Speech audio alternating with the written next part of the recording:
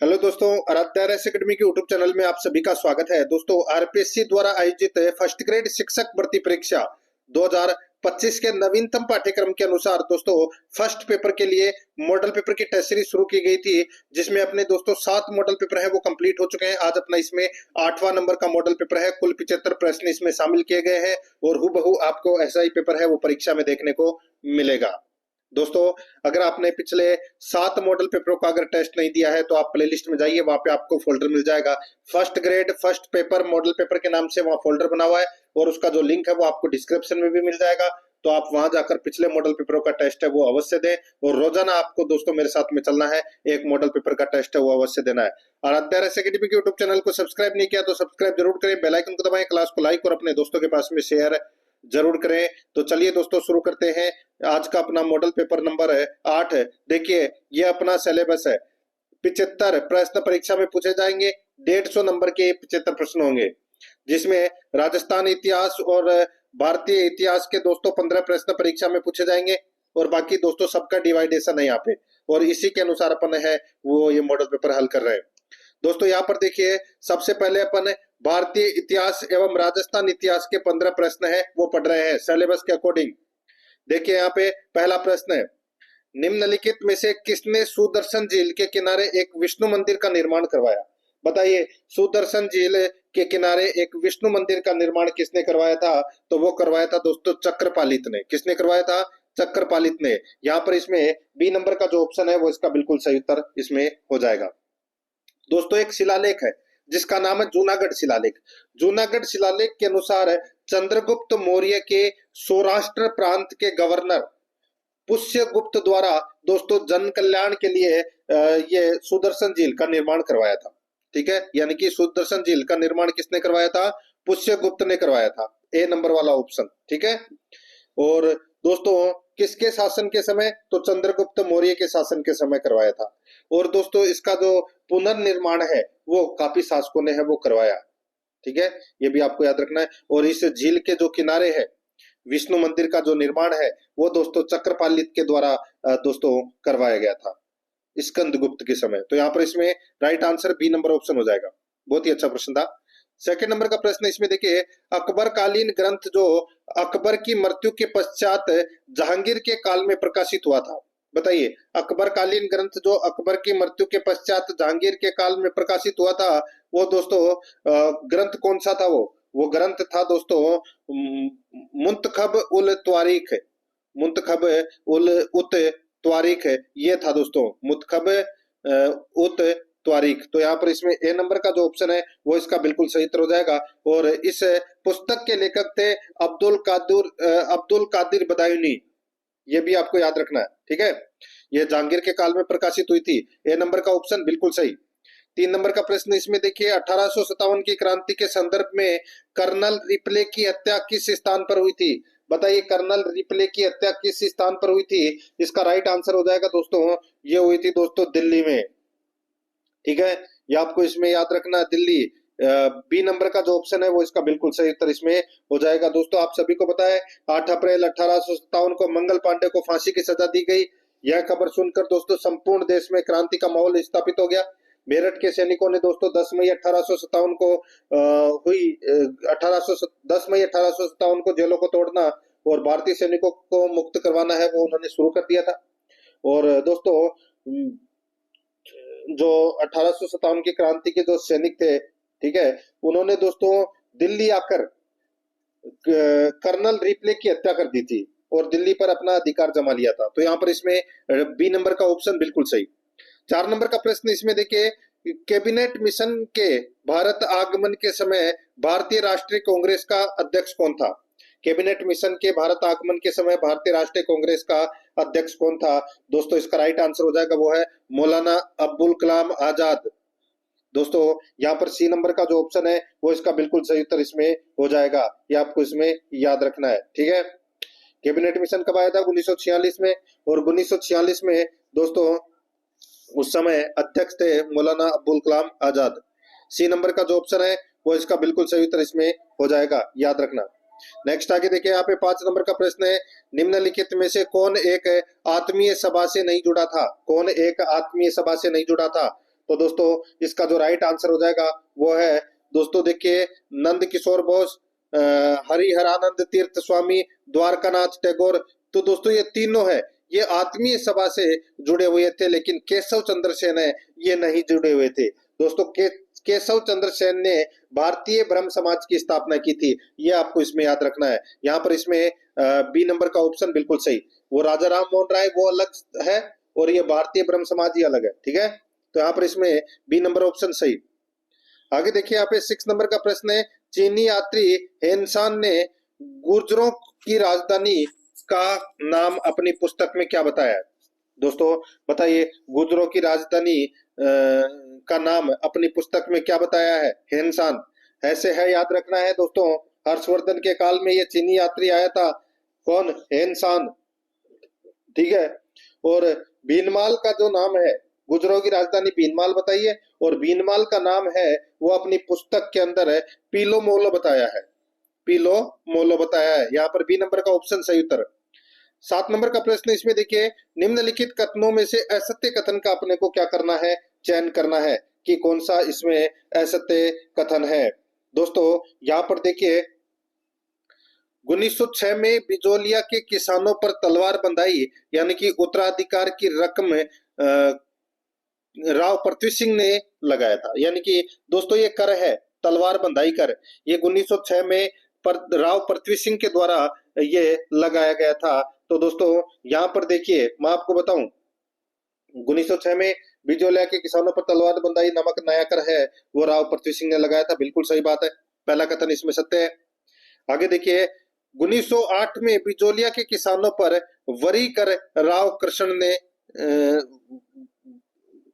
ने लगाया था, ठीक है, ये चंवरी है, चंवरी कर लेना इसको, ठीक है। दोस्तों 1908 में बिजोलिया के किसानों पर चंवरी कर राव कृष्ण सिंह ने लगाया था, तो ये अपना गलत हो जाएगा। गलत किस लिए हो जाएगा? देखिए यहाँ पर एक तो इसमें सन गलत है, सन इसलिए गलत है क्योंकि दोस्तों 1903 में बिजोलिया के किसानों पर दोस्तों चंवरी कर है वो राव कृष्ण सिंह ने लगाया था। तो दोस्तों यहाँ पे सिर्फ और सिर्फ सन गलत है, बाकी इसमें पूरा सही है। यानी कि अपने को क्या बताना था? असत्य कथन का चयन करना था। कौन सा कथन है असत्य है? तो 2 नंबर का असत्य है। अपने को दोस्तों कूट भाषा में उत्तर देना है, ठीक है, 2 ऑप्शन दे रखे हैं, फिर कूट भाषा में उत्तर देना है। तो यहाँ पर केवल 2 कथन है, वो क्या है? असत्य है, बी नंबर ऑप्शन बिल्कुल सही। 8 नंबर का प्रश्न है, इसमें देखिए नीमराणा चीफ शिप का विलय राजस्थान में किस चरण के अंतर्गत किया गया? बताइए, जो ये नीमराणा चीफ शिप का विलय है राजस्थान के किस चरण में इसको शामिल किया गया? दोस्तों यहाँ पर इसका जो राइट आंसर हो जाएगा वो है इसमें प्रथम चरण के अंदर। प्रथम चरण के अंदर दोस्तों नीमराणा को है वो शामिल किया गया था। ये दोस्तों देखिए राजस्थान में 3 ठिकाने थे जिसमें से नीमराणा है वो मत्स्य संघ में इसको शामिल कर लिया गया था। तो यहाँ पर इसमें राइट आंसर हो जाएगा ए नंबर ऑप्शन बिल्कुल सही, प्रथम चरण। नेक्स्ट है दोस्तों यहाँ पर देखिए इसमें 9 नंबर का प्रश्न है। इसमें देखिए दोस्तों इसमें आकर कलर पात्र शैली के प्रमाण कहां से प्राप्त हुए हैं? आकर कलर पात्र संस्कृति के प्रमाण है वो दोस्तों कहां से प्राप्त हुए हैं? ये प्राप्त हुए हैं दोस्तों बैराट से। कहां से? बैराट से प्राप्त हुए हैं। यहाँ पर बी नंबर का जो ऑप्शन है वो इसका बिल्कुल सही उत्तर इसमें हो जाएगा, ये आपको इसमें याद रखना है। दोस्तों ये आकर कलर पात्र संस्कृति, यानी कि दोस्तों ये इसमें क्या होता है कि इस संस्कृति के अंदर ताम्रयुगीन आकर कलर पात्र संस्कृति के अवशेष प्राप्त हुए हैं बैराट यानी कि विराटनगर से। इस में दोस्तों मद्र पात्रों को ठीक से पकाया नहीं जाता, ठीक है, हाथ लगाने से ये दोस्तों झरने लगते हैं और इन पर दोस्तों उकेरण विधि से अलंकृत किया जाता है और उसी को ही बोलते हैं दोस्तों आकर कलर पात्र संस्कृति। तो यहाँ पर इसमें अवशेष मिले, यहाँ पर इसमें बी नंबर ऑप्शन बिल्कुल सही। 10 नंबर का प्रश्न है, 1857 के संग्राम से पूर्व सिक्कर के डूंगर जी व जवाहर जी भी प्रसिद्ध सेनानी रहे। इन्होंने अंग्रेजों की किस सेना से संघर्ष किया? बताइए, अंग्रेजों की कौन सी सेना से संघर्ष किया? तो दोस्तों यहाँ पर इसमें राइट आंसर हो जाएगा बीकानेर व जोधपुर की सेना से संघर्ष किया था दोस्तों। यहाँ पर इसमें सही उत्तर हो जाएगा बी नंबर का ऑप्शन बिल्कुल सही उत्तर हो जाएगा। नेक्स्ट आगे देखिए, यहाँ पे 11 नंबर का प्रश्न है, लोक देवता तेजाजी का जन्म हुआ था। दोस्तों लोक देवता तेजाजी का जन्म हुआ था खड़नाल नागौर में। कब हुआ था दोस्तों? माघ शुक्ल चतुर्दशी को। माघ शुक्ल चतुर्दशी को दोस्तों तेजाजी का जन्म हुआ था। यहाँ पर डी नंबर का ऑप्शन बिल्कुल सही उत्तर हो जाएगा। नेक्स्ट आगे देखिए, 12 नंबर का प्रश्न है, आबानेरी स्थित हर्षत माता का मंदिर उदाहरण है। तो दोस्तों ये हर्षत माता का मंदिर उदाहरण है, तो ये गुर्जर प्रतिहार कालीन कला का दोस्तों ये उत्कृष्ट उदाहरण है। तो दोस्तों यहाँ पर गुर्जर प्रतिहार कालीन कला का ये उदाहरण है। यहाँ पर इसमें सी नंबर का ऑप्शन बिल्कुल सही। 13 नंबर का प्रश्न है, इसमें देखिए, काचर नामक आभूषण धारण किया जाता है। काचर नामक आभूषण दोस्तों कहाँ धारण किया जाता है? दोस्तों ये धारण है, ये काचर आभूषण ये दोस्तों सिर पर धारण किया जाता है, ये काचर आभूषण। यहाँ पर इसमें सही उत्तर हो जाएगा ए नंबर का जो ऑप्शन है वो इसका बिल्कुल सही। नेक्स्ट आगे देखिए दोस्तों, यहाँ पे 14 नंबर का प्रश्न है, सूर्यमल मिश्रण की रचनाओं में राजस्थान की कौन सी बोली प्रयुक्त है? सूर्यमल मिश्रण की रचनाओं में राजस्थान की कौन सी बोली प्रयुक्त है? दोस्तों इसका राइट आंसर हो जाएगा वो है हाड़ौती बोली। यहाँ पर ए नंबर का जो ऑप्शन है वो इसका बिल्कुल सही उत्तर हो जाएगा हाड़ौती बोली। ठीक है, नेक्स्ट है आगे देखिए दोस्तों, यहाँ पर है 15 नंबर का प्रश्न है, निम्नलिखित में से असत्य कथन का चयन कीजिए। दोस्तों यहाँ पर देखिए अपने को क्या बताना था कि कौन सा इसमें असत्य कथन है। दोस्तों इसके अंदर आप देख सकते हैं, इसके देखिए 1485 ईस्वी में जाम्बोजी ने विश्नोई संप्रदाय का प्रवर्तन किया। 1485 ईस्वी में दोस्तों जाम्बोजी ने सम्राथल बीकानेर में दोस्तों विश्नोई संप्रदाय का प्रवर्तन किया। बिल्कुल सही बात है, पहला कथन दोस्तों इसमें क्या है, बिल्कुल सही है। ठीक है, आगे देखिए दोस्तों, यहाँ पर संत पीपा रामानंद के शिष्य थे। तो संत पीपा है वो दोस्तों रामानंद जी के शिष्य थे, बिल्कुल सही है। राजस्थान में धार्मिक आंदोलन का श्री गणेश करने का श्रेय रामचरण जी को दिया जाता है। तो दोस्तों यहाँ पर ये गलत हो जाएगा। दोस्तों राजस्थान में धार्मिक आंदोलन का श्री गणेश करने का जो श्रेय है वो दोस्तों संत धन्ना जी को जाता है। किसको? संत धन्ना जी को जाता है। यहाँ पर इसमें रामचरण जी है वो गलत दे रखा है। ठीक है, तो अपने को असत्य कथन बताना था तो सी नंबर का तो अपना असत्य है ही। बाकी एक बार डी नंबर वाला भी देख लीजिए। राजस्थान की दूसरी मीरा संत रानाबाई का जन्म मारवाड़ की हरनावा गांव में बैसाख शुक्ल तृतीया को हुआ। बिल्कुल सही बात है, तो यहाँ पर इसमें सी नंबर का ऑप्शन बिल्कुल सही उत्तर हो जाएगा दोस्तों। नेक्स्ट आगे देखिए, अब अपन दोस्तों भाग 2 के अंदर करंट अफेयर से संबंधित 10 प्रश्न है वो पढ़ेंगे सिलेबस के अकॉर्डिंग, जिसमें अपन 5 प्रश्न है वो दोस्तों राजस्थान करंट अफेयर से संबंधित पढ़ेंगे और 5 प्रश्न है वो दोस्तों अपन भारतीय करंट अफेयर से संबंधित पढ़ेंगे। ठीक है दोस्तों, यहाँ पर देखिए 16 नंबर का प्रश्न है, अर्धकुंभ सुइया मेला कहाँ आयोजित होता है? अर्धकुंभ सुइया मेला कहाँ आयोजित होता है? तो दोस्तों ये चोटन बाड़मेर में आयोजित होता है। यहाँ पर ए नंबर का जो ऑप्शन है वो इसका बिल्कुल सही उत्तर हो जाएगा, चोटन बाड़मेर में। 17 नंबर का प्रश्न है, इसमें देखिए हनुमानगढ़ जिला कलेक्टर कानाराम द्वारा शुरू किया गया मानस ई आरोग्य पोर्टल किस उद्देश्य के लिए है? बताइए दोस्तों, हनुमानगढ़ जिला कलेक्टर कानाराम द्वारा शुरू किया गया मानस ई आरोग्य पोर्टल किस उद्देश्य के लिए है? तो दोस्तों ये नशा मुक्त जिले के लिए निगरानी से संबंधित है। ये नशा मुक्त जिले के लिए निगरानी से संबंधित है। ए नंबर का ऑप्शन बिल्कुल सही उत्तर हो जाएगा इसमें। नेक्स्ट आगे देखिए, यहाँ पे 18 नंबर का प्रश्न है, सुप्रीम कोर्ट कोलेजियम ने राजस्थान हाईकोर्ट में जज पद पर नियुक्ति के लिए किन 3 न्यायिक सेवा अधिकारियों की सिफारिश की है? सुप्रीम कोर्ट कोलेजियम ने राजस्थान हाईकोर्ट में जज पद पर नियुक्ति के लिए किन 3 न्यायिक सेवा अधिकारियों की सिफारिश की है? तो दोस्तों वो है इसमें चंद्रशेखर शर्मा, परमिल माथुर और चंद्र प्रकाश श्रीमाली। ठीक है, इन 3 न्यायिक सेवा अधिकारियों की सिफारिश की है। यहाँ पर इसमें ए नंबर का जो ऑप्शन है वो इसका बिल्कुल सही उत्तर इसमें हो जाएगा, याद रखना। नेक्स्ट आगे देखिए दोस्तों, यहाँ पर 19 नंबर का प्रश्न है, संस्कार सारस्वत किस खेल से जुड़े हैं? तो दोस्तों बताइए कौन से खेल से जुड़े हैं? तो ये बैडमिंटन खेल से जुड़े हैं। यहाँ पर है बी नंबर का ऑप्शन बिल्कुल सही उत्तर इसमें हो जाएगा।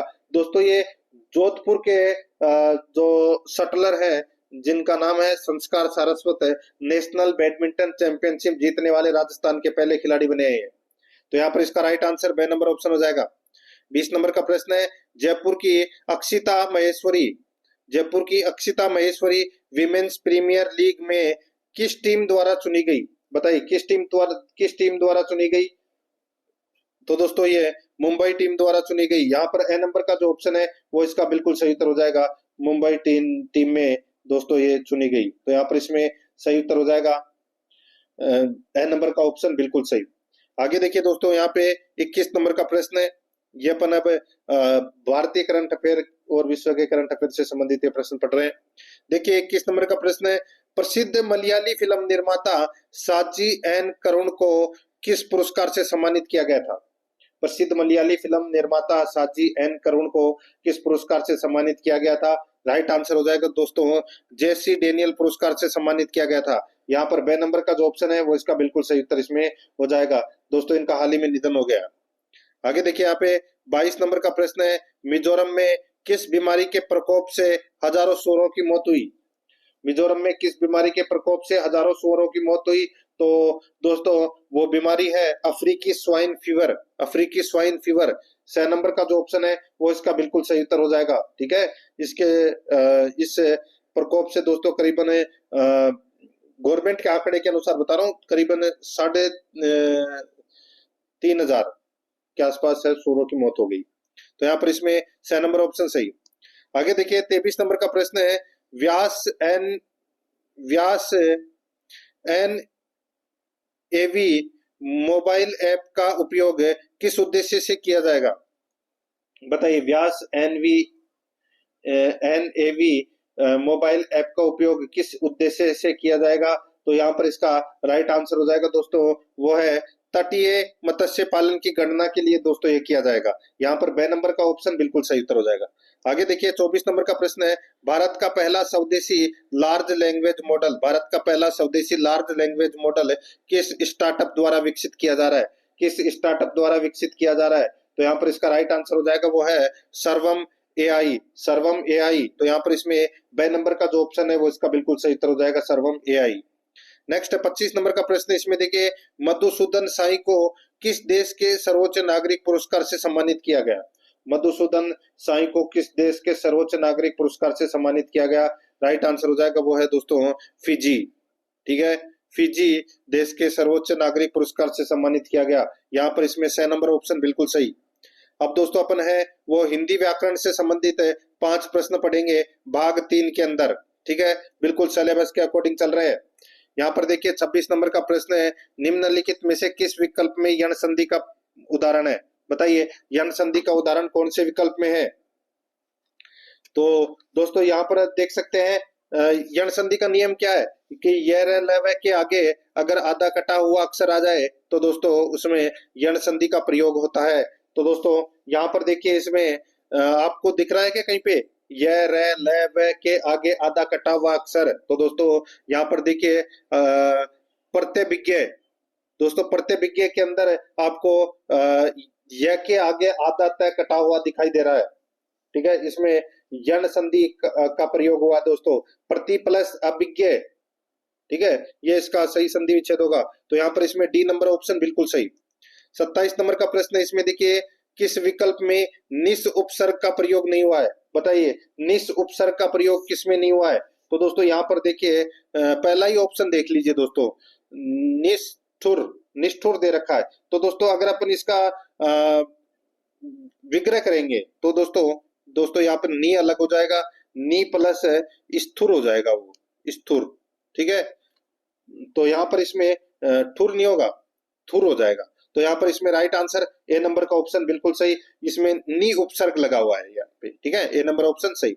28 नंबर का प्रश्न है, चेष्टा गति नटखटपन किस अनेकार्थक शब्द के उदाहरण है? चेष्टा गति नटखटपन किस अनेकार्थक शब्द के अर्थ है? दोस्तों यहाँ पर देखिए इसमें चेष्टा गति नटखटपन दोस्तों ये हरकत अनेकार्थक शब्द के अर्थ है दोस्तों ये। तो यहाँ पर इसमें राइट आंसर क्या हो जाएगा?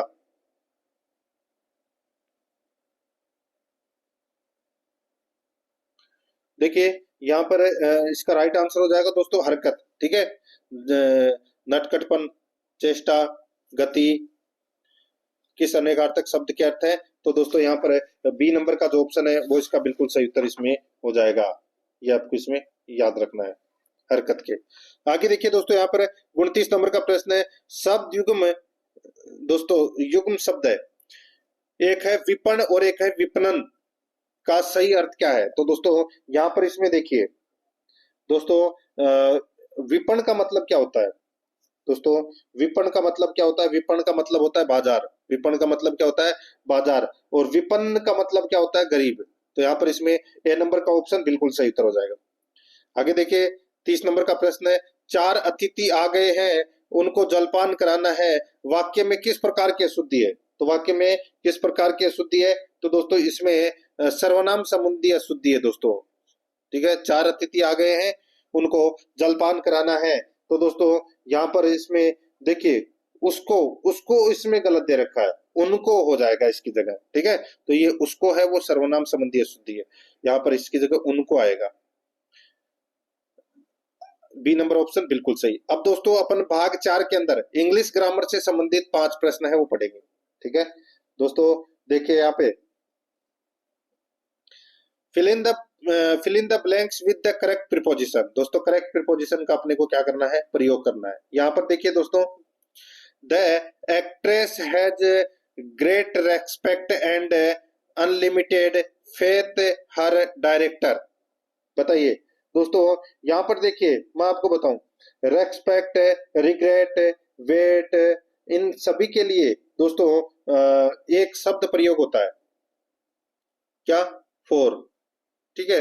तो और दोस्तों इसका राइट आंसर क्या हो जाएगा फिर? तो यहाँ पे देखिए, the actress has great respect for and unlimited faith in her director. तो यहाँ पे ये एक में आएगा फोर और एक में आएगा इन, तो यहाँ पर इसमें राइट आंसर हो जाएगा दोस्तों ए नंबर का जो ऑप्शन है वो इसका बिल्कुल सही। नेक्स्ट आगे देखिए दोस्तों, यहाँ पर 32 नंबर का प्रश्न है, transform the given sentence into indirect speech. Sentence दे रखा है दोस्तों, यहाँ पर देखिए, he says to me I have signed the documents sent by you, sent by you. तो दोस्तों अपने को क्या करना है? डायरेक्ट से इनडायरेक्ट बनाना है। तो देखिए यहाँ पे सेज टू का क्या हो जाएगा? सेज टू का दोस्तों टेल्स हो जाएगा, और कनेक्टिव में दोस्तों इसमें दैट का प्रयोग लग जाएगा, आई का दोस्तों ही हो जाएगा, यू का दोस्तों मी हो जाएगा। तो यहाँ पर इसका राइट आंसर हो जाएगा वो है इसमें क्या हो जाएगा? देखिए इसमें देखिए, he tells me that he has signed the documents sent by me. यहाँ पर बी नंबर का जो ऑप्शन है वो इसका बिल्कुल सही उत्तर हो जाएगा इसमें। आगे देखिए यहाँ पे 33 नंबर का प्रश्न है, fill in the blank with the correct form of tense. इसमें देखिए, I from Kota university last year, I from Kota university last year. तो दोस्तों यहाँ पर देखिए सिंपल पास्ट टेंस का दोस्तों इसमें प्रयोग हुआ है, तो इसमें सब्जेक्ट प्लस वर्ब की सेकंड फॉर्म प्लस ऑब्जेक्ट का प्रयोग होगा। दोस्तों यहाँ पर इसमें मैं आपको बताऊं तो इसमें दोस्तों he from Kota university last year. तो दोस्तों देखिए, चाहे यस्टरडे हो, चाहे लास्ट ईयर हो, चाहे लास्ट वीक हो, चाहे लास्ट मंथ हो, ठीक है, उसके लिए दोस्तों वर्ब की सेकंड फॉर्म का ही प्रयोग होगा। तो यहाँ पर ग्रेजुएटेड होगा, ठीक है। ए नंबर का जो ऑप्शन है वो इसका बिल्कुल सही उत्तर हो जाएगा। तो यहाँ पर ए नंबर ऑप्शन सही। नेक्स्ट आगे देखिए, choose the correct antonym to the given word. तो यहाँ पर देखिए प्रोवर्टी। दोस्तों प्रोवर्टी का मतलब क्या होता है? दोस्तों गरीबी होता है। क्या होता है? गरीबी, पोवर्टी, पोवर्टी है ये, ठीक है। पोवर्टी का मतलब क्या होता है? गरीबी। और इसका एक मतलब और होता है दोस्तों कमी। तो यहाँ पर एंटोनियम अपने को बताना है, यानी कि विलोम शब्द अपने को बताना है। तो गरीबी का विलोम क्या हो जाएगा, या कमी का विलोम है वो क्या हो जाएगा? तो दोस्तों यहाँ पर देखिए इसका राइट आंसर हो जाएगा वो है एफ्लुएंस, एफ्लुएंस हो जाएगा। इसका मतलब होता है दोस्तों प्रचुरता या समृद्धि। तो यहाँ पर इसमें डी नंबर ऑप्शन बिल्कुल सही। आगे देखिए दोस्तों, यहाँ पर 35 नंबर का प्रश्न है, which of the following is the prefix of. दोस्तों यहाँ पे अपने को उपसर्ग बताना है। जैसे उपसर्ग और प्रत्यय होता है ना, तो वैसे ही उपसर्ग बताना है। यहाँ पर देखिए लिटरेट दे रखा है दोस्तों, इसमें कौन सा उपसर्ग लगेगा, तो दोस्तों इसमें आई एल वाला उपसर्ग लगेगा, तो इसमें हो जाएगा लिटरेट। दोस्तों लिटरेट का मतलब होता है साक्षर, क्या होता है, साक्षर। और इसमें अगर अपन आई एल और आगे जोड़ देंगे तो ये हो जाएगा दोस्तों निरक्षर। ठीक है, क्या हो जाएगा, निरक्षर। तो यहाँ पर सी नंबर ऑप्शन बिल्कुल सही। अब दोस्तों यहाँ पे अपने सामान्य विज्ञान से संबंधित 5 प्रश्न है वो पढ़ेंगे सिलेबस के अकॉर्डिंग। दोस्तों यहाँ पर देखिए, इसमें 8 ग्राम ऑक्सीजन अणु में कणों की संख्या होगी, 8 ग्राम ऑक्सीजन अणु में कणों की संख्या होगी। तो दोस्तों कणों की संख्या है वो क्या होगी, दोस्तों यहाँ पर देखिए इसका जो राइट आंसर हो जाएगा वो है, कणों की संख्या होगी दोस्तों 1.51 इंटू 10 की घात 23। तो यहाँ पर बी नंबर का जो ऑप्शन है वो इसका बिल्कुल सही उत्तर इसमें हो जाएगा मित्रों। नेक्स्ट आगे देखिए, यहाँ पे 37 नंबर का प्रश्न है, बेकिंग सोडा के निर्माण के लिए सोडियम कार्बोनेट के जलीय विलयन में प्रवाहित की जाने वाली गैस होती है। बेकिंग सोडा के निर्माण के लिए सोडियम कार्बोनेट के जलीय विलयन में प्रवाहित की जाने वाली गैस होती है, तो वो गैस कौन सी होती है, वो होती है दोस्तों O2। कौन सी होती है, O2 होती है। तो यहाँ पर इसका देखिए, सॉरी O2 नहीं, इसमें CO2 होती है। कौन सी, CO2। O2 तो पहले ऑप्शन में भी है, तो यहाँ पर CO2 इसका राइट आंसर हो जाएगा। ठीक है, याद रखना। तो यहाँ पर डी नंबर का ऑप्शन कर लेना आप, CO2।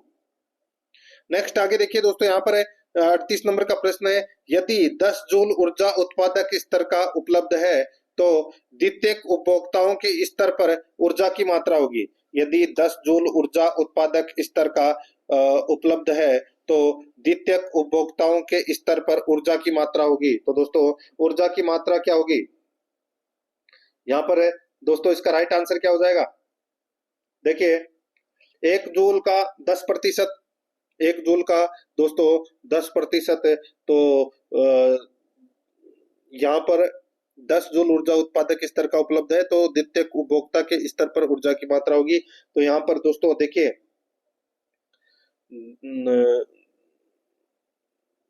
देखिए उत्पादक स्तर पर उपलब्ध ऊर्जा दोस्तों अगर 10 जूल है तो प्राथमिक पोषक स्तर पर दोस्तों 1 जूल होगी। लेकिन यहाँ पे द्वितीयक स्तर पर पूछा है, द्वितीयक स्तर पर पूछा है तो दोस्तों एक आया ना, एक का भी दोस्तों 10%, तो एक का 10% कितना होगा, तो दोस्तों 0.1 जूल होगी। तो यहाँ पर इसमें राइट आंसर हो जाएगा B number, sorry C number का ऑप्शन बिल्कुल सही। द्वितीयक स्तर पर पूछा है, अगर प्राथमिक स्तर पर पूछा होता तो बी नंबर वाला होता ऑप्शन सही। आगे देखिए दोस्तों, यहाँ पे ड्रोसोफिला फल मक्खी में गुणसूत्रों की संख्या कितनी होती है, बताइए गुणसूत्रों की संख्या कितनी होती है। तो दोस्तों इसमें गुणसूत्रों की जो संख्या है वो दोस्तों 8 होती है। कितनी होती है, 8। तो यहाँ पर ए नंबर का ऑप्शन बिल्कुल सही उत्तर हो जाएगा।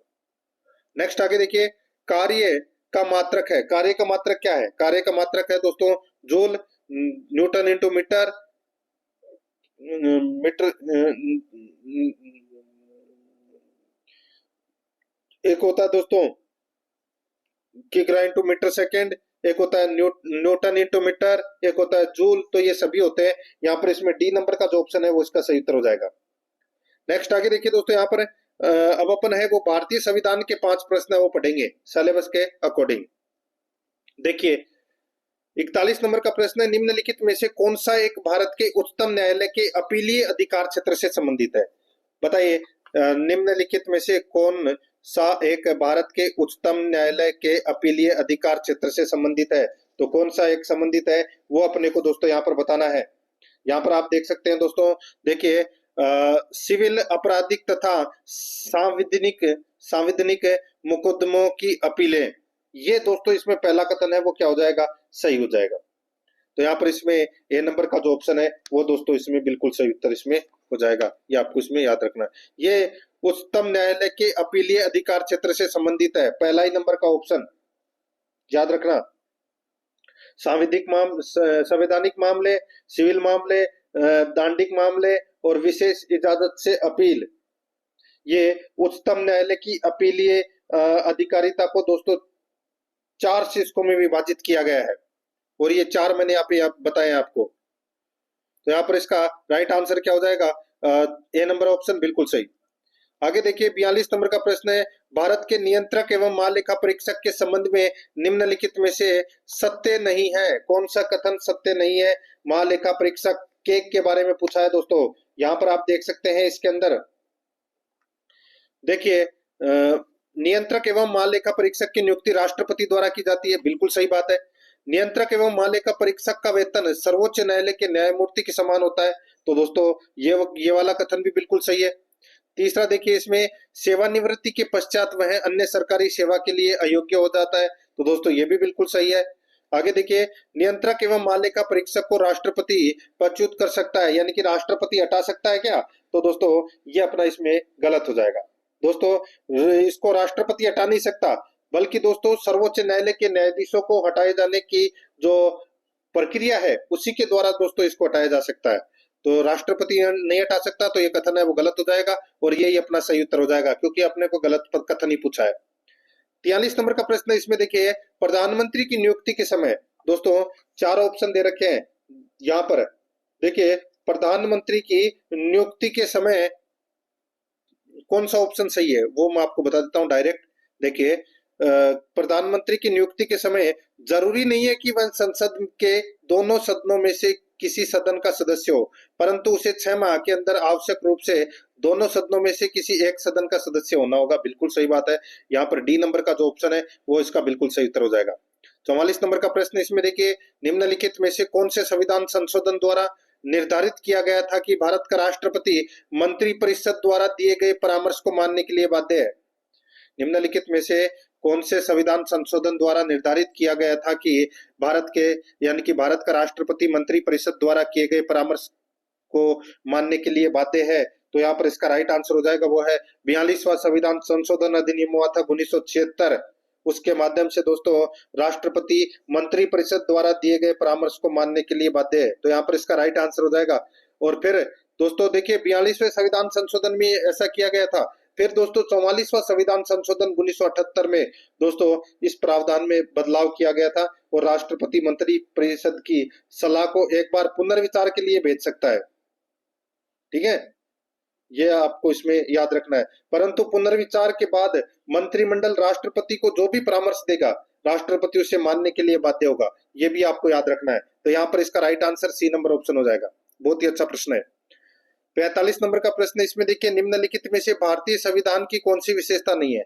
बताइए भारतीय संविधान की कौन सी विशेषता नहीं है? तो आप यहाँ पर देख सकते हैं संसदीय शासन प्रणाली है, प्रधानमंत्री का नेतृत्व है, तो ये गलत हो जाएगा दोस्तों। इसमें प्रधानमंत्री का नेतृत्व ये इसमें गलत है, ये संविधान की विशेषता नहीं है। संविधान की सर्वोच्चता है, लिखित संविधान है, ये तीनों क्या है विशेषता है, लेकिन यहाँ पर बी नंबर का ऑप्शन है वो इसकी विशेषता नहीं है। ठीक है, अब दोस्तों अब अपन है वो भाग 7 के अंदर राजस्थान भूगोल के अपन 5 प्रश्न है वो पढ़ेंगे सिलेबस के अकॉर्डिंग। देखिए 46 नंबर का प्रश्न है राजस्थान में जनसंख्या संबंधी कौन सी समस्याएं विद्यमान है? जनसंख्या संबंधी कौन सी समस्याएं विद्यमान है? बेरोजगारी की समस्या, बिल्कुल सही है। चिकित्सा एवं स्वास्थ्य सेवाओं की कमी, ये भी बिल्कुल सही है। निर्धनता में वृद्धि, ये भी बिल्कुल सही है। तो यहाँ पर इसका राइट आंसर हो जाएगा उपरोक्त सभी, डी नंबर का ऑप्शन बिल्कुल सही। 47 नंबर का प्रश्न है इसमें देखिए निम्नलिखित कथनों पर विचार कीजिए। दोस्तों निम्नलिखित कथनों पर अपने को क्या करना है? विचार करना है और बताना है कि दोस्तों कौन सा कथन है वो इसमें सही है। कूट भाषा में उत्तर देना है। कूट भाषा में अपने को क्या करना है? उत्तर देना है। यहाँ पर देखिए दोस्तों पलाया झीलें वर्ष में अधिकांश समय तक शुष्क रहती है। पलाया झीलें हैं वो वर्ष में अधिकांश समय तक दोस्तों शुष्क रहती है, बिल्कुल सही बात है। दूसरा देखिए पवन की दिशा के लंबवत या समकोण पर पवन के भाग में अवरोध आने से निर्मित बालू का स्तूप पवनानुवर्ती कहलाते हैं, ये गलत हो जाएगा। दोस्तों यहाँ पर देखिए पवन की दिशा में यानी कि पवन की दिशा के लंबवत या समकोण पर पवन के भाग में अवरोध आने से निर्मित बालू का स्तूप पवनावर्ती कहलाते हैं। तो दोस्तों ये गलत दे रखा है, मैं आपको बता देता हूँ। अनुदैर्य बोल दो, चाहे आप पवनानुवर्ती बोल दो, चाहे आप रेखीय बालू का स्तूप बोल दो। दोस्तों पवन की दिशा के समानांतर या अनुदिश निर्मित होने वाले बालू का स्तूप है वो दोस्तों अनुदैर्य बालू का स्तूप कहलाते हैं, चाहे आप वो पवनानुवर्ती भी बोल सकते हैं। तो यहाँ पर ये कथन है वो दोस्तों इसमें गलत दे रखा है। आगे देखिए दोस्तों, यहाँ पे 3 नंबर का ऑप्शन, चंबल बेसिन में मुख्यतः उत्खात स्थलाकृति फैली है, बिल्कुल सही है। हाड़ौती पठार प्रदेश की सर्वोच्च चोटी चांदबाड़ी है, तो दोस्तों ये भी इसमें बिल्कुल सही है। तो यहाँ पर इसका राइट आंसर क्या हो जाएगा दोस्तों, सही कूट का चयन करना था, तो 1, 3, 4 अपना इसमें सही उत्तर हो जाएगा, ए नंबर का ऑप्शन बिल्कुल सही। 48 नंबर का प्रश्न है, इसमें देखिए, राष्ट्रीय कृषि विस्तार एवं तकनीकी मिशन, राष्ट्रीय कृषि विस्तार एवं तकनीकी मिशन में केंद्रीयांश एवं राज्यांश वित्त पोषित अनुपात है, बताइए, केंद्रीयांश एवं राज्यांश वित्त पोषित अनुपात है, तो दोस्तों इसका जो राइट आंसर हो जाएगा वो है इसमें, बताइए कौन सा, तो वो है इसमें 60:40। यहाँ पर सी नंबर का जो ऑप्शन है वो इसका बिल्कुल सही उत्तर हो जाएगा, 60:40। नेक्स्ट है 49 नंबर का प्रश्न है, निम्नलिखित में से कौन सा ऊर्जा का गैर परंपरागत स्रोत है, कौन सा ऊर्जा का गैर परंपरागत स्रोत है, तो दोस्तों यहाँ पर इसका राइट आंसर हो जाएगा, ऊर्जा का गैर परंपरागत स्रोत है तो वो है दोस्तों ज्वारीय ऊर्जा। ज्वारीय ऊर्जा, सौर ऊर्जा, पवन ऊर्जा और बायोगैस, ये दोस्तों ऊर्जा के गैर परंपरागत स्रोत है, तो यहाँ पर इसमें डी नंबर का ऑप्शन बिल्कुल सही उत्तर हो जाएगा। और ऊर्जा के परंपरागत स्रोत कौन कौन से हैं, कोयला, खनिज तेल, जल विद्युत, अणु शक्ति, ये ऊर्जा के परंपरागत स्रोत हैं। यहाँ पर इसमें डी नंबर ऑप्शन बिल्कुल सही उत्तर हो जाएगा।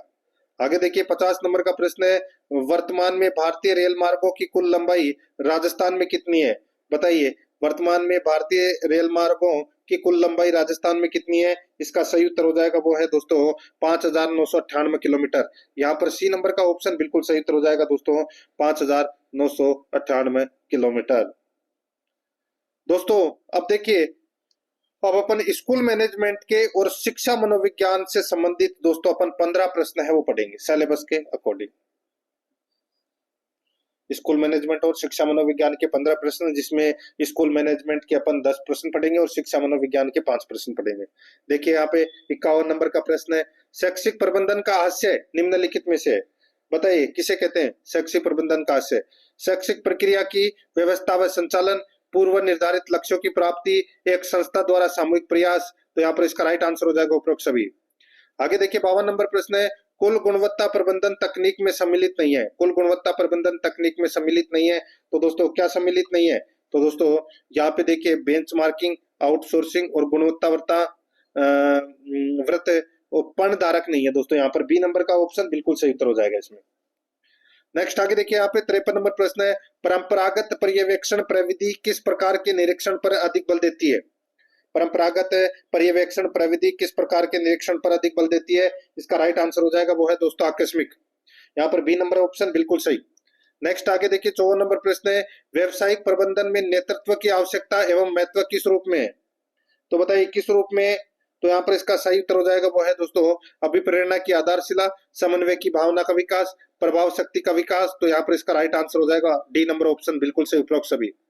57 नंबर प्रश्न है, निम्नलिखित में से कौन सा संस्थागत नियोजन प्रक्रिया का चरण नहीं है, कौन सा संस्थागत नियोजन प्रक्रिया का चरण नहीं है, तो दोस्तों यहाँ पर इसका राइट आंसर हो जाएगा वो है दोस्तों उद्देश्य निर्धारण, ये संस्थागत नियोजन प्रक्रिया का चरण नहीं है, यहाँ पर इसमें राइट आंसर ए नंबर का ऑप्शन हो जाएगा, बाकी इसमें सारे हैं।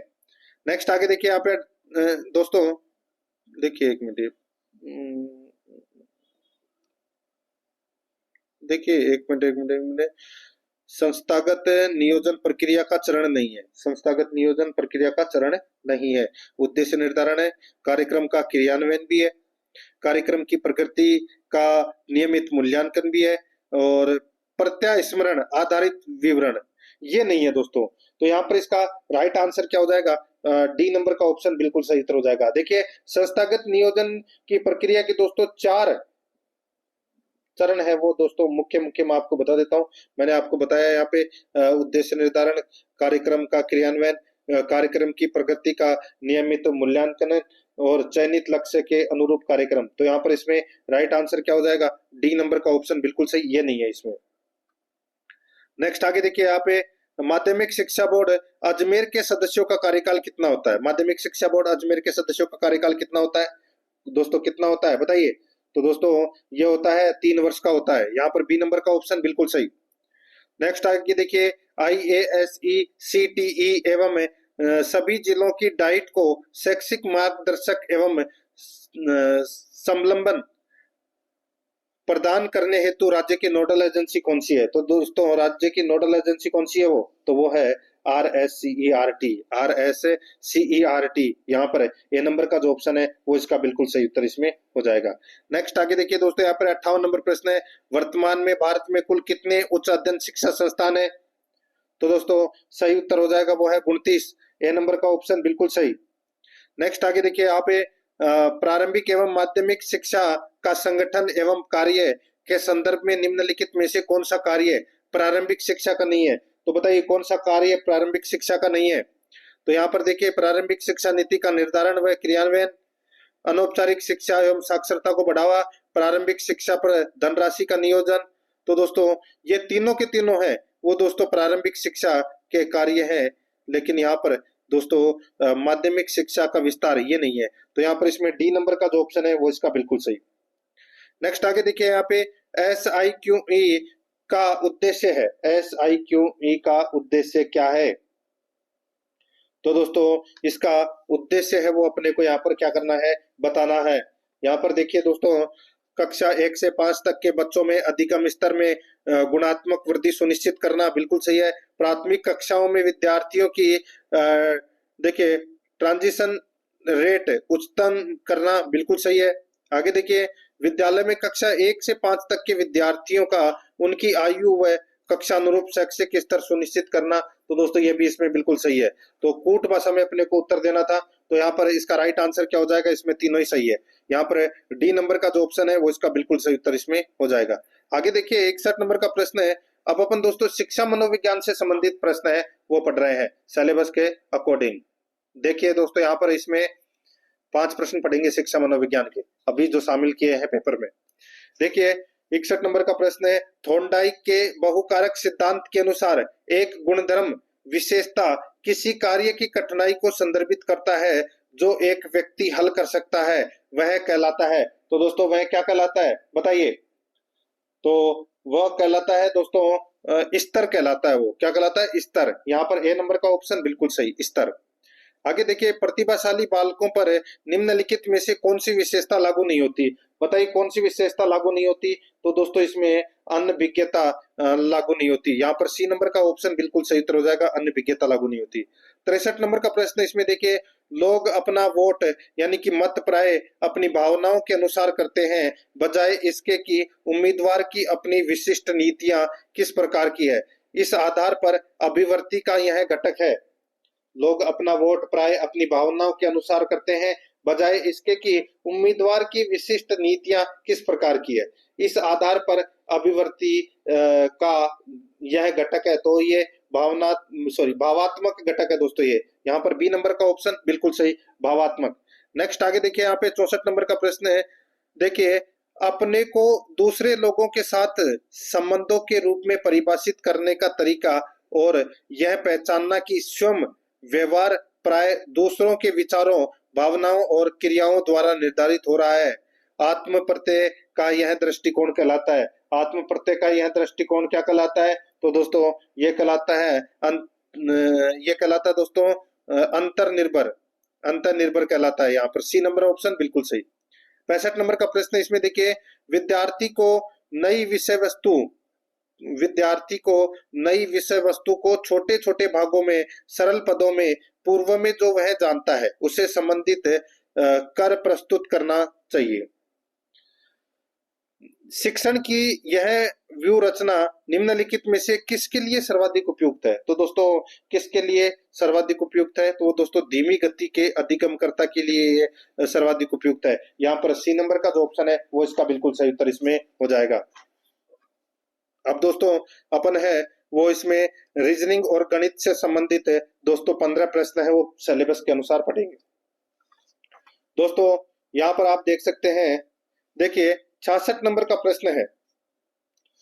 देखिए एक प्रश्न और 3 कथन दिए गए हैं, बताइए कि प्रश्न का उत्तर देने के लिए कौन से कथन पर्याप्त है। कौन से कथन पर्याप्त है वो अपने को यहाँ पर बताना है। दोस्तों यहाँ पर देखिए ए बी सी डी और ई है, ये 5 को आप ई कर लेना। इसको A B C D E में कौन सबसे छोटा है? कौन सबसे छोटा है? तो दोस्तों यहाँ पर देखिए इसमें ए ई से लंबा है, ए है वो दोस्तों क्या है, ई से लंबा है, लेकिन डी से छोटा है, लेकिन डी से छोटा है। बी सी से छोटा है, बी है वो सी से छोटा है, लेकिन बी है वो दोस्तों बी सी से छोटा है, लेकिन दोस्तों ये ई से, लेकिन दोस्तों ये ई से लंबा है, ई से लंबा है। तो दोस्तों ई से बी है वो सी से तो छोटा है, बी है वो दोस्तों सी से तो छोटा है, बी है वो दोस्तों सी से तो छोटा है, लेकिन ई से लंबा है, बिल्कुल सही है। अब दोस्तों यहाँ पर देखिए डी सी से लंबा है, डी है वो दोस्तों डी दोस्तों है वो सी से लंबा है, और ए बी से लंबा है, ए बी से लंबा है, तो ये तीसरा वाला तो इसमें गलत हो जाएगा। अब इसमें पूछा गया है कि दोस्तों ए बी सी डी में, A B C D E में कौन सबसे छोटा है, तो कौन सबसे छोटा है, तो दोस्तों यहाँ पर देखिए इसमें सबसे छोटा इसमें कौन है, सॉरी इसको छोड़ दीजिए, तीसरा वाले को छोड़ दीजिए, सबसे छोटा दोस्तों इसमें ई है, ठीक है, सबसे छोटा कौन है, ई। तो यहाँ पर इसका राइट आंसर होगा दोस्तों कथन 1 और कथन 2 एक साथ पर्याप्त है दोस्तों, यहाँ पर ए नंबर का ऑप्शन बिल्कुल सही उत्तर हो जाएगा। आगे देखिए यहाँ पर 67 नंबर का प्रश्न है, नीचे दी गई शीट को रेखाओं के अनुसार मोड़ने पर दिए गए विकल्पों में से कौन सा घन बनेगा, वो तो बताइए, नीचे दी गई शीट को रेखाओं के अनुसार मोड़ने पर दिए गए विकल्पों में से कौन सा घन बनेगा, वो अपने को यहाँ पर बताना है। और देखिए ये थोड़ा सा ये करना है इसमें, बताइए दोस्तों यहाँ पर ये वाला डायग्राम लगाना है, इसके अंदर थोड़ा सा मिस्टेक हो गया इसमें। देखिए इसमें क्या था कि शीट को रेखाओं के अनुसार मोड़ने पर दोस्तों कौन सा घन बनेगा वो अपने को बताना है दोस्तों, इनमें से बताना है कौन सा घन बनेगा इसमें। ये डायग्राम आपके सामने है दोस्तों, इसके अंदर देखिए 6 के विपरीत में दोस्तों क्या आएगा, बताइए दोस्तों, 6 के विपरीत में आएगा 3, और 5 के विपरीत में आएगा दोस्तों 2, 5 के विपरीत में क्या आएगा 2, और 4 के विपरीत में दोस्तों क्या आएगा 1।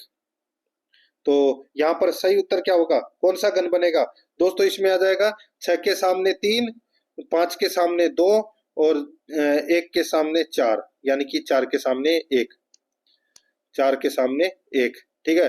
तो यहाँ पर इसका सही उत्तर क्या हो जाएगा, देखिए यहाँ पर 6 5 4 है क्या कहीं ऑप्शन में, तो दोस्तों ये रहा 6 5 4, यहाँ पर 2 नंबर का जो ऑप्शन है, सॉरी ए नंबर का जो ऑप्शन है वो इसका बिल्कुल सही उत्तर हो जाएगा 6 5 4।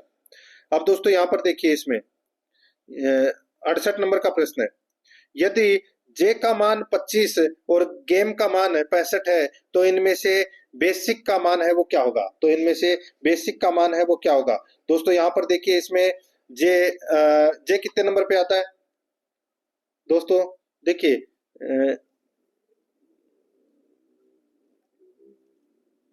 जे 25, जे को 25 लिखा गया है दोस्तों, जे को 25 लिखा गया है, तो जे को 25 कैसे लिखा गया, गेम जैसे कि गेम है वो दोस्तों जी है वो कितने नंबर पे आता है 7 नंबर पे, ए है वो कितने नंबर पे 1 नंबर पे, एम है वो 13 नंबर पे, और ई है वो 5 नंबर पे। तो दोस्तों कितना हो गया ये हो गया दोस्तों 7 और 1 8, 8 और दोस्तों 13, 21, 21 और 5 26, तो दोस्तों 26 आ गया, ठीक है। अब 26 में अपन 2 का भाग देंगे, 26 में अपन 2 का भाग देंगे तो कितना आ गया 13, अब 13 इंटू 5 करेंगे तो दोस्तों यहाँ पर ये 65 आएगा, ठीक है, समझ गए। उसी प्रकार दोस्तों जे है वो जे का तो दोस्तों पूरे का 25 दे रखा है, अब दोस्तों जे है वो कितने नंबर पे आता है, जे आता है दोस्तों 10 नंबर पे, ठीक है। तो 10 में 10 का अपन क्या करेंगे, 10 में 2 का भाग देंगे तो कितना आ गया 5, ठीक है, और 5 को दोस्तों 5 से मल्टीप्लाई करेंगे तो यहाँ पर 25 आ गया। देखिए 13 को भी 5 से किया था, इसको भी 5 से करेंगे। अब यहाँ पे बेसिक है, बी आता है 2 नंबर पे, ए आता है 1 नंबर पे, एस आता है 19 नंबर पे, आई आता है 9 नंबर पे और सी आता है 3 नंबर पे। अब इसका टोटल करेंगे तो दोस्तों कितना आ जाएगा 34। ठीक है, 34 में अपन किसका 2 का भाग देंगे, कितना हो जाएगा 17, और 17 को 5 से मल्टीप्लाई करेंगे तो कितना हो जाएगा 85। यहाँ पर ए नंबर का ऑप्शन बिल्कुल सही। आगे देखिए, यहाँ पे ये डायग्राम मैं आपको बताऊंगा। देखिए, गद्य साहित्य और पद्य, गद्य साहित्य और पद्य के अंदर दोस्तों कौन सा डायग्राम बनेगा बताइए। गद्य, पद्य और साहित्य, बताइए कौन सा डायग्राम बनेगा इसके लिए। तो इसके अंदर दोस्तों देखिए, साहित्य के अंदर गद्य और पद्य होता है, तो यहाँ पर इसमें सी नंबर का जो डायग्राम है वो अपना इसमें राइट आंसर हो जाएगा। ठीक है, ये वाला डायग्राम थोड़ा सा ऊपर नीचे हो गया था। अब देखिए यहाँ पे 70 नंबर का प्रश्न है, नीचे दी गई संख्याओं में सबसे बड़ी संख्या कौन सी है। तो दोस्तों सबसे बड़ी संख्या कौन सी है वो अपने को यहाँ पर बताना है। दोस्तों यहाँ पर देखिए 0.9 दे रखा है शुरू के अंदर, तो दोस्तों इसको अपन 9/10 है वो लिख सकते हैं।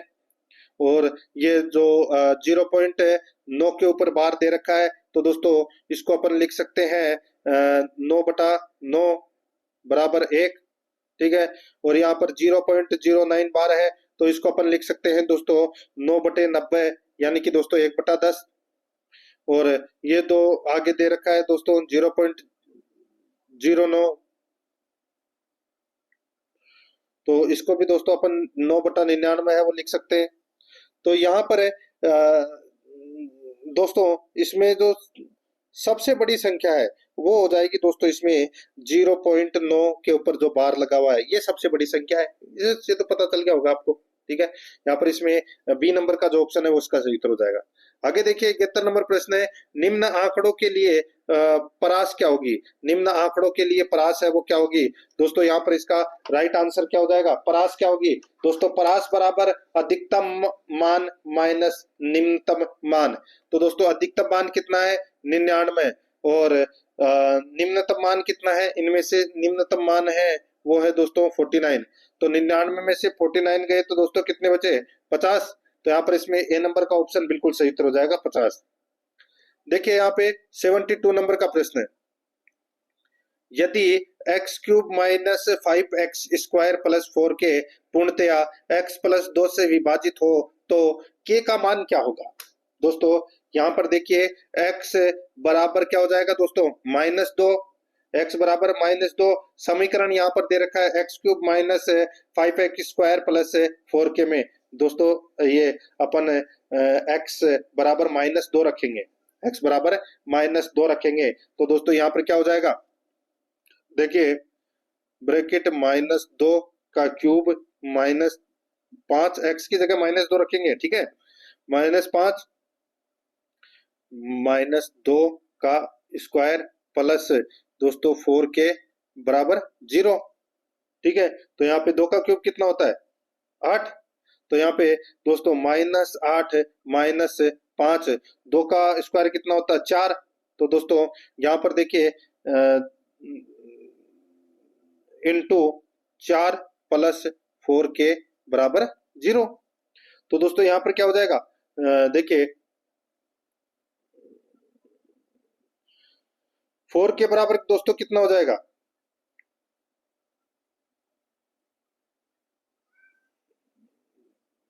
देखिए इसमें 4k बराबर दोस्तों 28 हो जाएगा। 4k बराबर दोस्तों कितना हो जाएगा 28, और 28 में दोस्तों k बराबर क्या हो जाएगा, k बराबर दोस्तों 28 में 4 का भाग दे दीजिए, कितना आ जाएगा 7।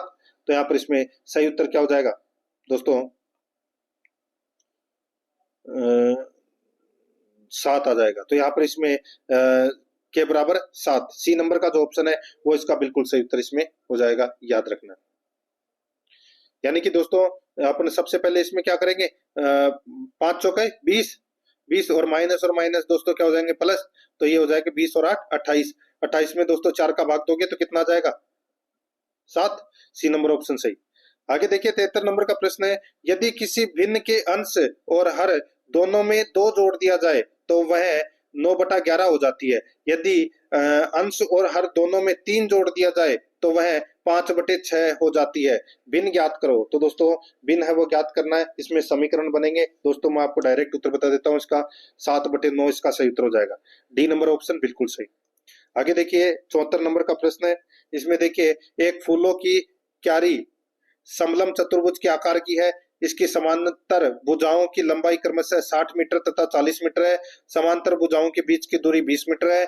तो फलों के क्यारी का क्षेत्रफल है वो क्या होगा? दोस्तों फलों के क्यारी का क्षेत्रफल क्या होगा? तो इसका सूत्र होता है 1/2 इंटू समांतर भुजाओं का योग इंटू उनके बीच की दूरी। तो दोस्तों 1/2 इंटू समांतर भुजाओं का योग कितना है? 60 और 40 कितने होते हैं? 100 इंटू उनके बीच की दूरी कितनी है? 20। ठीक है, ये सूत्र होता है दोस्तों। काट लीजिए इसको, इसको आप काटोगे तो दोस्तों ये 10 बार कट गया। ठीक है, 2 से। अब 100 इंटू 10 कितने होते हैं? 1000। तो यहाँ पर 1000 मीटर स्क्वायर इसका राइट आंसर हो जाएगा। यहाँ पर है ए नंबर ऑप्शन बिल्कुल सही। आगे देखिए 75 नंबर का प्रश्न है। यदि 1.5252 को एक भिन्न में परिवर्तित किया जाए तो उसके अंश तथा हर का योग क्या होगा? बताइए। तो दोस्तों इसको अपन ऐसे लिख सकते हैं 1.52 के ऊपर दोस्तों बार का निशान, इसको अपन ऐसे लिख सकते हैं, बिल्कुल लिख सकते हैं। अब इसमें दोस्तों क्या करेंगे? 152 माइनस 1 बटा 0.2 के बाद में लगा हुआ तो 99। ठीक है, बस। तो यहाँ पर कितना हो जाएगा? 151 बटे 99। तो 151 और 99 को जोड़ दीजिए, कितना हो जाएगा? 250। तो यहाँ पर इसका सही उत्तर हो जाएगा दोस्तों 250। ए नंबर का जो ऑप्शन है वो इसका बिल्कुल सही उत्तर हो जाएगा। तो दोस्तों इसी के साथ मैंने आपको ये मॉडल पेपर है वो कंप्लीट करवा दिया है। प्रश्न कैसे लगे कमेंट में जरूर बताएं, कुछ चेंजेस करना हो तो वो भी जरूर बताएं। और आराध्या रेस एकेडमी के यूट्यूब चैनल को सब्सक्राइब नहीं किया तो सब्सक्राइब जरूर कर लें, बेल आइकन को दबाएं, क्लास को लाइक और अपने दोस्तों के पास में शेयर जरूर करें। मिलते हैं दोस्तों नेक्स्ट क्लास में। जय हिंद, जय भारत।